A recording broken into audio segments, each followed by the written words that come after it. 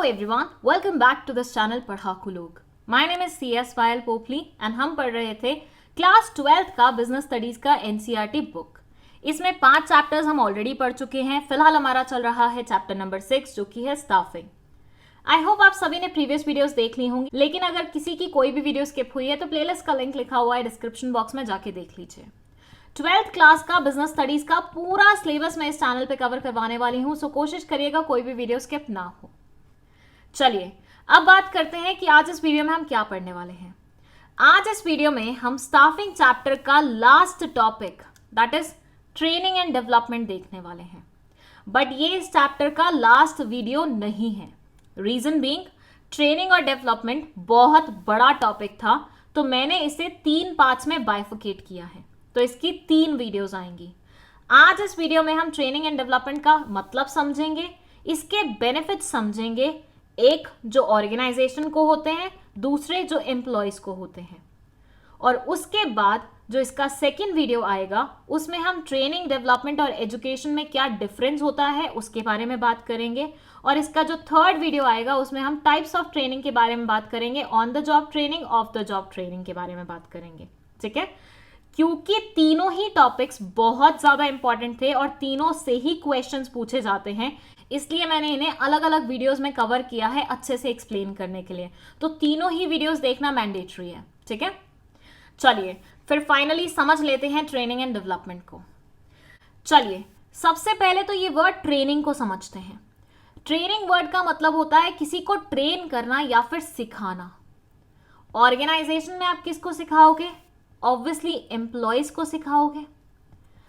But यहां question ये खड़ा होता है कि ऑर्गेनाइजेशन कोई स्कूल या कॉलेज तो है नहीं, इसने आपसे पैसे तो लिए नहीं है आपको कुछ सिखाने के। तो ऑर्गेनाइजेशन आपको सिखाए तो सिखाए क्यों? क्योंकि भैया एक तो ये तुम्हें काम करने के पैसे दे रहे हैं, ऊपर से सिखाए भी अलग से, मतलब अपना खर्चा करके। क्यों भाई, इतने कौन से लाट साहब हो गए हो? तो इसी क्वेश्चन का आंसर आपको आज इस वीडियो के एंड तक मिल जाएगा। बट उसको जानने से पहले हम ये जानेंगे कि ट्रेनिंग की एक्चुअली नीड पड़ती ही क्यों है, क्यों जरूरत होती है ऑर्गेनाइजेशन में ट्रेन करने की लोगों को। तो एक एग्जाम्पल लिया है मैंने इसके लिए छोटू सा, आइए समझ लेते हैं। इमेजिन करिए एक लड़का है जिसने अभी अभी अपनी ग्रेजुएशन कंप्लीट की है कंप्यूटर्स में। बहुत ही मेहनती लड़का था, कॉलेज में सारा टाइम सिर्फ और सिर्फ पढ़ाई करता था। जितनी न्यू एडवांसमेंट्स आती थी सबके बारे में पढ़ लेता था, मतलब टीचर्स को भी ऐसे फट फट रिस्पॉन्स देने वाला इंसान था। बहुत ही अपडेटेड रहने वाला इंसान है ये। ठीक है, अब हो गई इसकी ग्रेजुएशन कंप्लीट। अब इसने सोचा अब क्या किया जाए, तो इसके दिमाग में आया चलो जॉब करते हैं, थोड़े पैसे ही कमा लेते हैं। सोचा और इसने एप्लीकेशन डालना शुरू कर दिया अलग अलग ऑर्गेनाइजेशंस में, और फाइनली एक बहुत ही बढ़िया कंपनी से इसे जॉब ऑफर आ गया। इस कंपनी को इसने ज्वाइन कर लिया और वहां काम करना शुरू कर दिया। 9 to 5 की बेचारे की जॉब होती थी, मस्त बढ़िया तरीके से काम करने लग गया है यहाँ पे। लेकिन बस प्रॉब्लम ये जा रही थी ना कि 9 to 5 की जॉब में बेचारा इतना ज्यादा काम करता था और इतना ज्यादा थक जाता था कि घर जाने के बाद इसे सिर्फ और सिर्फ आराम करना होता था और कुछ नहीं करना होता। ऐसे ही काम करते करते मेहनत से 3-4 साल गुजर गए, और एक दिन ऐसा हुआ कि ये किसी स्टूडेंट से बात कर रहा था अपने ही कॉलेज के, मतलब इसका जूनियर, और इसने रियलाइज किया कि उस स्टूडेंट को तो इतनी नई नई चीजों के बारे में पता था जिसके बारे में इसको पता ही नहीं है। वो सारी चीजें एक्चुअली तब आई जब इसने ग्रेजुएशन कंप्लीट कर ली थी और ये इस ऑर्गेनाइजेशन में काम कर रहा था। बट क्योंकि ये इतना थका होता था कि ये एडवांस वाली चीजों के बारे में पढ़ ही नहीं पाता था, तो इसको ऐसा फील हुआ कि यार मैं तो बहुत आउटडेटेड हो रहा हूँ, मतलब मेरे को तो वो सारी चीजें जो आजकल चल रही हैं उनके बारे में पता ही नहीं है। और इस फीलिंग के साथ अब इसको बहुत ही ज्यादा निराशा होने लग गई। इसकी प्रोडक्टिविटी बिल्कुल डिक्लाइन हो गई, क्योंकि इसको ऐसा फील हो गया कि यार मैं तो पिछड़ गया हूं, मुझे तो अब कुछ नहीं आता। तो ये देख के इसके बॉस ने रियलाइज किया कि इट्स द राइट टाइम कि मैं इसे अपडेट करूं।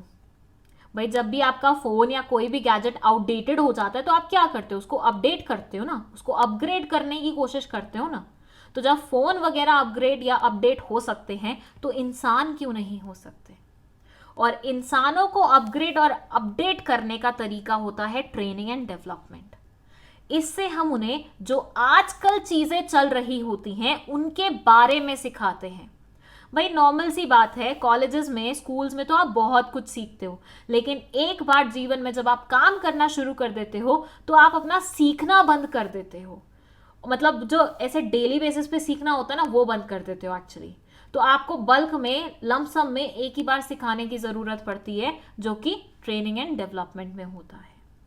So it says training and development is an attempt to improve the current or future employee performance by increasing an employee's ability to perform through learning, usually by changing the employee's attitude or increasing his or her skills or knowledge। एक इंसान की performance को enhance करना, बढ़ाना, ताकि वो बढ़िया perform कर सके। और ये कैसे किया जाता है? उसकी स्किल्स या नॉलेज को बढ़ा के। इसका रेलेवेंस क्या है? इसका रेलेवेंस ये है कि आजकल जो जॉब्स है ना, वो बहुत ज़्यादा कॉम्प्लेक्स हो गई हैं।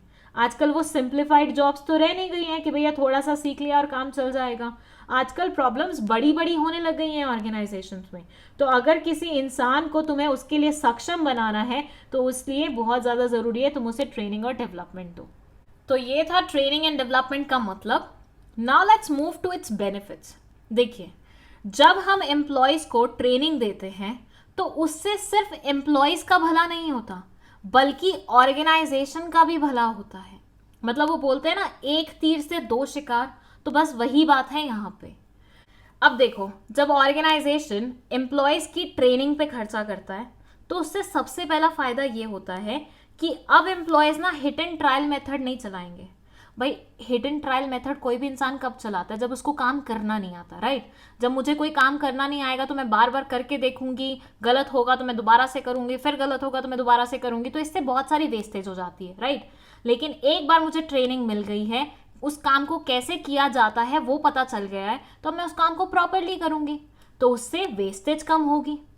प्लस मुझे वो काम करना आता है तो मैं उसको बढ़िया तरीके से करूंगी, तो मेरी प्रोडक्टिविटी भी इंक्रीज होगी। मतलब अगर मुझे काम नहीं आता होगा तो मैं गलत काम करूंगी, वेस्टेज भी कर रही होंगी, आहिस्ता आहिस्ता भी काम कर रही होंगी, तो प्रोडक्टिविटी बिल्कुल ले लो जाएगी। लेकिन सीख के वो काम करूंगी तो प्रोडक्टिविटी तो एनहेंस होगी ही होगी। इसके अलावा आप एम्प्लॉयज को फ्यूचर मैनेजर बनाने के लिए भी इक्विप कर रहे हो। मतलब ऐसे मानो आप तो फौज तैयार कर रहे हो मैनेजर्स के, कि कल हमारा मैनेजर भग भी गया तो हमें कोई टेंशन नहीं है, क्योंकि हमारे पास एक पूरी फौज तैयार है जो कल उस मैनेजर को रिप्लेस कर सकती है आसानी से। प्लस जब एम्प्लॉयज को फील होता है कि यार इस ऑर्गेनाइजेशन में मेरी वैल्यू है, मुझे सिखाया जा रहा है, मेरे ऊपर खर्चा किया जा रहा है, तो उसको भी फिर दिल से लगता है यार इस ऑर्गेनाइजेशन के लिए तो लॉयल्टी बनती है, तो वो आपके लिए लॉयल हो जाएगा, वो ऑर्गेनाइजेशन से छुट्टी लेना कम कर देगा। And at the same time जो ये बार बार ऑर्गेनाइजेशन को ज्वाइन करते हैं भग जाते हैं, ज्वाइन करते हैं भग जाते हैं, वो भी टर्नओवर जो रेशो है वो कम हो जाएगी, ठीक है। इसके अलावा एनवायरनमेंट भैया हमारा हर रोज चेंज होता है, कुछ ना कुछ चेंजेस आते रहते हैं, उसके लिए भी हम कहीं ना कहीं थोड़े से तैयार हो जाते हैं। अब हम उन चेंजेस को फेस करने के लिए तैयार हैं, क्योंकि हमें उस तरह से इक्विप कर दिया गया है, ट्रेन कर दिया गया है। तो ऑर्गेनाइजेशन जब भी ट्रेनिंग दिलवाता है लोगों को तो उसको ये सारे फायदे होते हैं। अब बात करते हैं कि एम्प्लॉयज को क्या क्या फायदा होता है। पहला फायदा तो ये होता है उनको नई स्किल्स सीखने को मिलती हैं, उनकी नॉलेज लेवल बढ़ जाती है, प्लस उनकी परफॉर्मेंस इंक्रीज होती है। अभी तुम इस ऑर्गेनाइजेशन में हो, तुम्हारी परफॉर्मेंस इंक्रीज हो गई है, कल तुम चाहो तो इससे बड़ी ऑर्गेनाइजेशन ज्वाइन कर सकते हो, क्योंकि तुम अब स्किलफुल हो चुके हो ना, तुम्हारी परफॉर्मेंस बढ़िया है, तो तुम किसी भी ऑर्गेनाइजेशन को ज्वाइन करो, कोई दिक्कत नहीं है। तुम्हारी सैलरी बढ़ सकती है इस चक्कर में, तुम एफिशिएंट बनते हो क्योंकि तुम वेस्टेज नहीं कर रहे हो, तुमने हर एक चीज़ सीखी है, अब तुम हिट एंड ट्रायल नहीं कर रहे हो तो वेस्टेज कम हो रही है, तो मतलब यहाँ से एफिशिएंसी लेवल बढ़ रहा है। प्लस जब तुम्हें चीज़ें करनी आती होंगी तो तुम एक्सीडेंट्स भी नहीं करोगे। भाई मुझे कोई मशीन चलानी नहीं आती है, मैं उस मशीन को चलाने की कोशिश कर रही हूँ, हो सकता है मैं कोई गलत बटन दबा दूँ और पता चले कुछ ऊपर से आके मेरे ऊपर ही गिर गया, तो वो चीज़ नहीं होगी, क्योंकि अब मुझे मशीन चलानी आती है, मुझे पता है ये बटन दबाऊंगी तो ऊपर से कुछ गिरेगा, तो मुझे उसके नीचे खड़ा नहीं होना है, राइट। प्लस ये कहीं ना कहीं एम्प्लॉयज़ को सेटिस्फैक्शन भी देती है और उनका मोरल भी बूस्ट करती है। उनको लगता है यार ये ऑर्गेनाइजेशन कितनी प्यारी है, यार ये हमारे लिए इतना कर रही है, बस मैं तो खुश हो गया, मैं तो इस ऑर्गेनाइजेशन को अपना तन मन धन त्याग दूंगा। बिल्कुल ऐसी वाली फीलिंग आ जाती है एम्प्लॉयज़ के अंदर। सो ट्रेनिंग के ये सारे बेनिफिट्स हैं organisation as well as employees को, ठीक है। आई होप आपको ये पूरी वीडियो बहुत अच्छे तरीके से समझ में आई है। कोई भी डाउट है आप कमेंट सेक्शन में लिख सकते हैं। प्लस अगर आपको 12th क्लास के नोट्स चाहिए तो उनकी इंक्वायरी आप कर सकते हैं व्हाट्सएप वाले नंबर पे, वो भी डिस्क्रिप्शन बॉक्स में मेंशन है। नोट्स पेड रहने वाले हैं, पहले से ही बता दूं। प्लस अगर आपको ये वीडियो पसंद आई है, लाइक का बटन दबा दीजिए, इस वीडियो को अपने दोस्तों के साथ शेयर कर लीजिए और चैनल को भी सब्सक्राइब करते हुए जाइएगा। Thank you so much for watching this video.